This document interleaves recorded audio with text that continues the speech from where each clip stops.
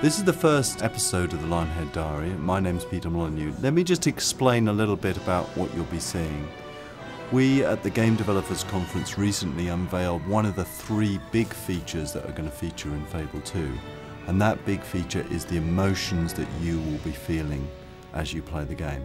And so, you feeling loved is really important to us. And that's what a lot of this episode is about. Love is that warm, fuzzy feeling you get when you realize that somebody cares about you so much they'll forgive you being a complete arse.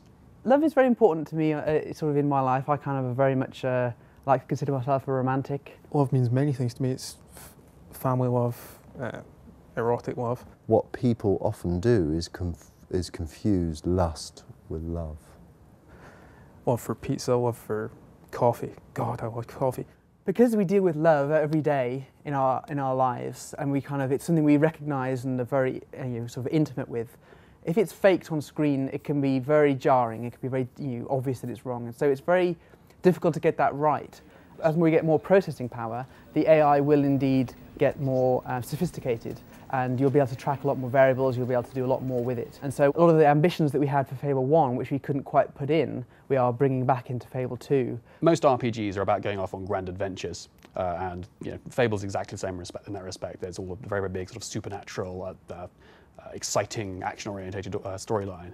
But what we try to do with Fable games is we try to make sure that the player realizes that all the things he does out in the world while he's out adventuring have a really, really big impact on the rest of the world and how the rest of the world sees them.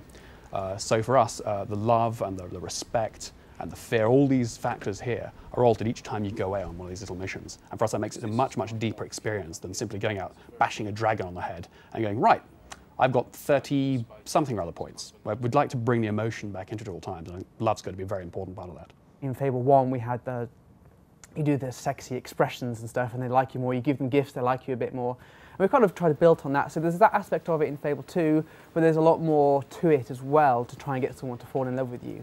And hopefully we'll get the balance right such that if you find one person, the way they talk to you, it slowly builds, and you can tell you're getting there slowly, and I think they'll sort of maybe want you to take them out as well, rather than just giving them gifts. They might want to go for a nice walk with you. That sort of thing is a thing that we're experimenting with to try and get the process of them falling in love with you to be more, I guess, more real.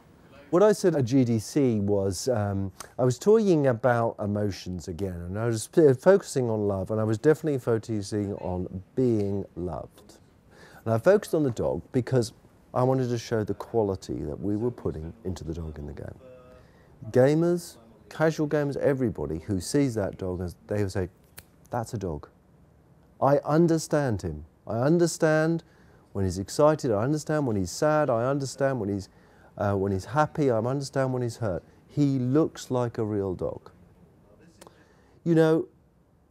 What we could have done is given you this dog and made him controllable by you. Allow you to send him to places, get him to wait, have him so that you could press a button, he could attack. That would have been the easy thing to do, but no, we've been brave about this. We give you no control over the dog. I don't press a button when I go out with my dog for a walk. I just go out with the dog, and the dog does his thing. And he knows that if I don't like something, he damn well doesn't do it. That's how you control the dog in the game.